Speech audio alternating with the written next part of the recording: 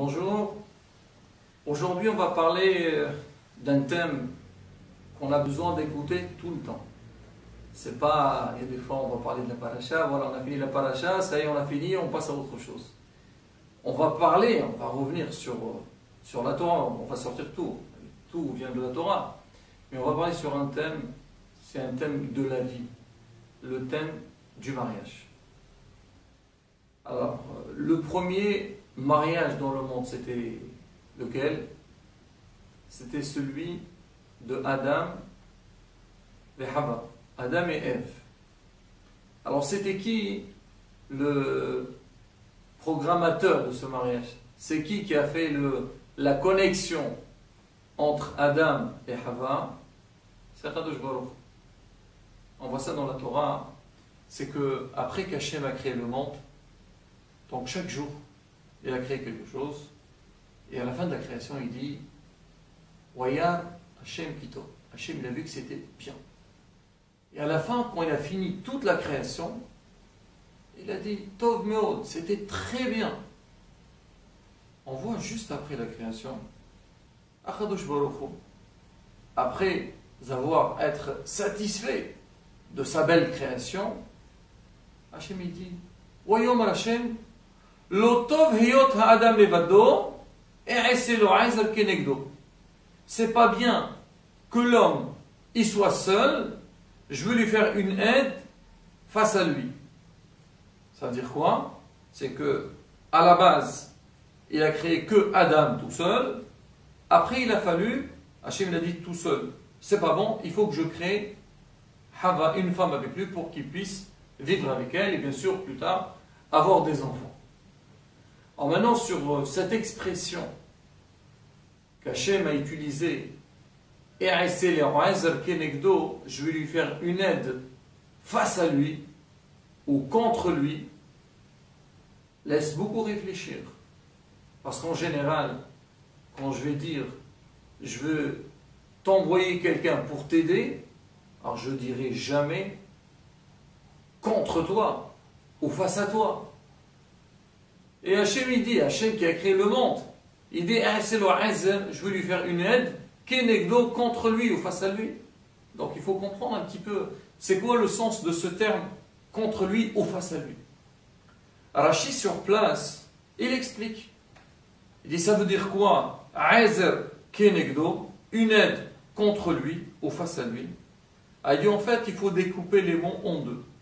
Aizer, si l'homme il a mérité d'avoir une femme bien, alors la femme sera son aide. Et s'il n'a pas mérité, que Dieu nous préserve, donc c'est pas ce qu'il lui faut, ou bien elle ne va pas dans le même sens que lui, elle sera kinegdo, contre lui. C'est pour ça qu'il a utilisé le terme aizer kinegdo, aizer une aide d'une part, et kinegdo contre lui. Là, Rashi nous a expliqué le sens des termes. Mais vraiment, celui qui va entendre cette explication, il doit se poser énormément de questions. Imaginez-vous la bataille. Quelqu'un qui veut ouvrir une affaire, il n'arrive pas à s'en sortir. Alors il vient un ami, il lui dit, écoute, tu sais, moi je pense que tout seul, ça marche pas. La preuve, on voit que tu essayes de gagner de l'argent, tu n'arrives pas à gagner. Moi je vais t'envoyer quelqu'un qui va s'associer avec toi. Mais sache-le, la personne qui va s'associer avec toi, elle pourrait t'aider, et donc tu vas fleurir, tu peux te développer, mais il y a aussi un risque. C'est possible que la personne que je vais t'envoyer, elle va encore t'enfoncer dans tes problèmes. Rabotai, si on vous fait une telle proposition, vous acceptez ou pas? Moi personnellement, je dirais non.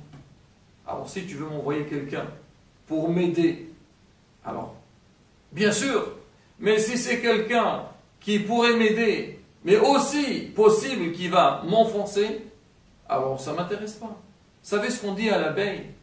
L'abeille, elle donne du miel, mais aussi elle pique. On dit à l'abeille, s'il te plaît, laisse-nous tranquille. On veut ni ton miel, ni ta pique. Alors tu vas venir me piquer, ça ne m'intéresse pas. Non, moi, tu vas me donner du miel. Non, tu me donnes du miel. Ça m'intéresse, mais si tu vas venir me piquer, ça m'intéresse. Je veux ni l'un ni l'autre. C'est pareil. Tu vas m'envoyer un associé, peut-être il va m'aider, et peut-être aussi, il va tout gâcher. Je ne veux pas. Alors c'est pareil. Comment c'est possible que Akadosh Baruch Hu, il dit que l'homme seul, c'est pas bon. Et donc il réalise qu'on a besoin de lui envoyer quelqu'un pour l'aider. Mais Hachem lui-même, il dit que la la femme qu'on va donner à l'homme, elle pourrait l'aider et peut-être aussi elle pourrait venir contre lui. Alors comment on peut comprendre? Donc il est clair que si Hachem il a dit, c'est vraiment pour le bon sens. Alors pour expliquer ça, nos sages disent qu'on sait que la nature de l'homme, malheureusement, l'homme est les deux natures égoïstes. Il aime soi-même. Moi avant tout le monde. C'est pour ça qu'on appelle, on dit quand je dis je, on dit ani. On dit, c'est quoi ani? C'est le mot en hébreu, on dit c'est quoi égoïste? C'est anouchi. Quelqu'un qui s'aime lui-même.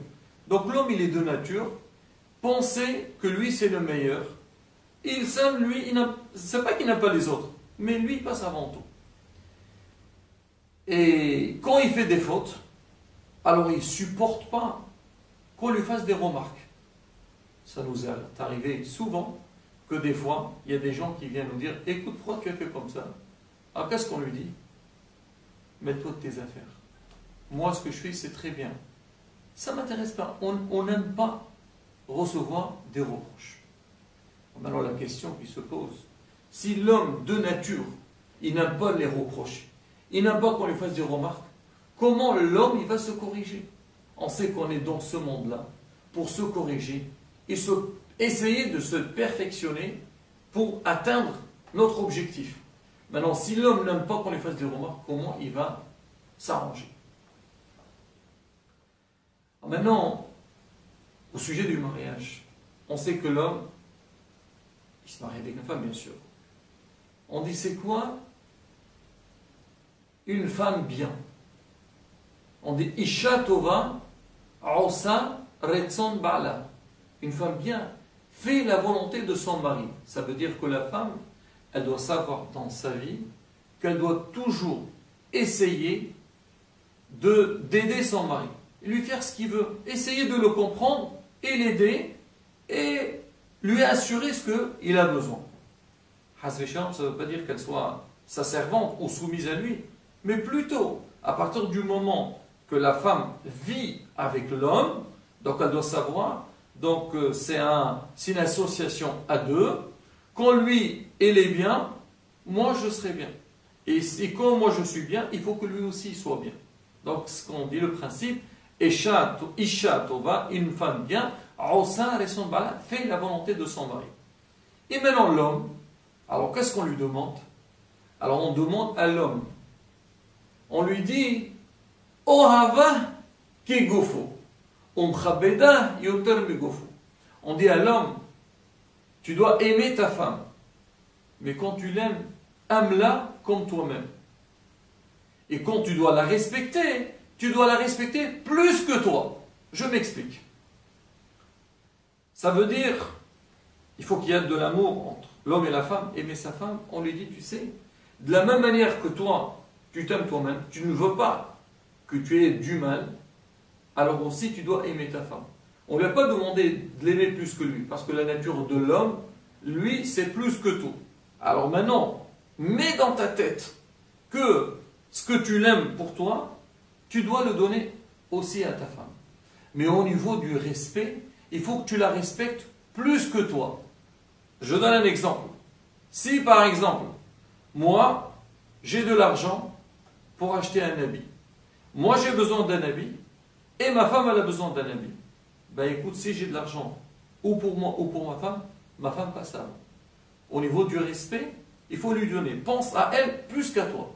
Mais au niveau de l'amour, ce que tu aimes pour toi, fais-le pour ta femme.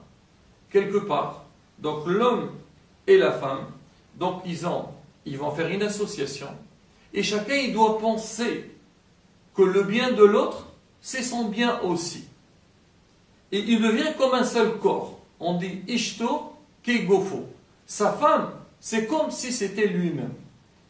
On a dit tout à l'heure que, en général, quand un homme il fait des fautes, il n'aime pas qu'on lui fasse des reproches.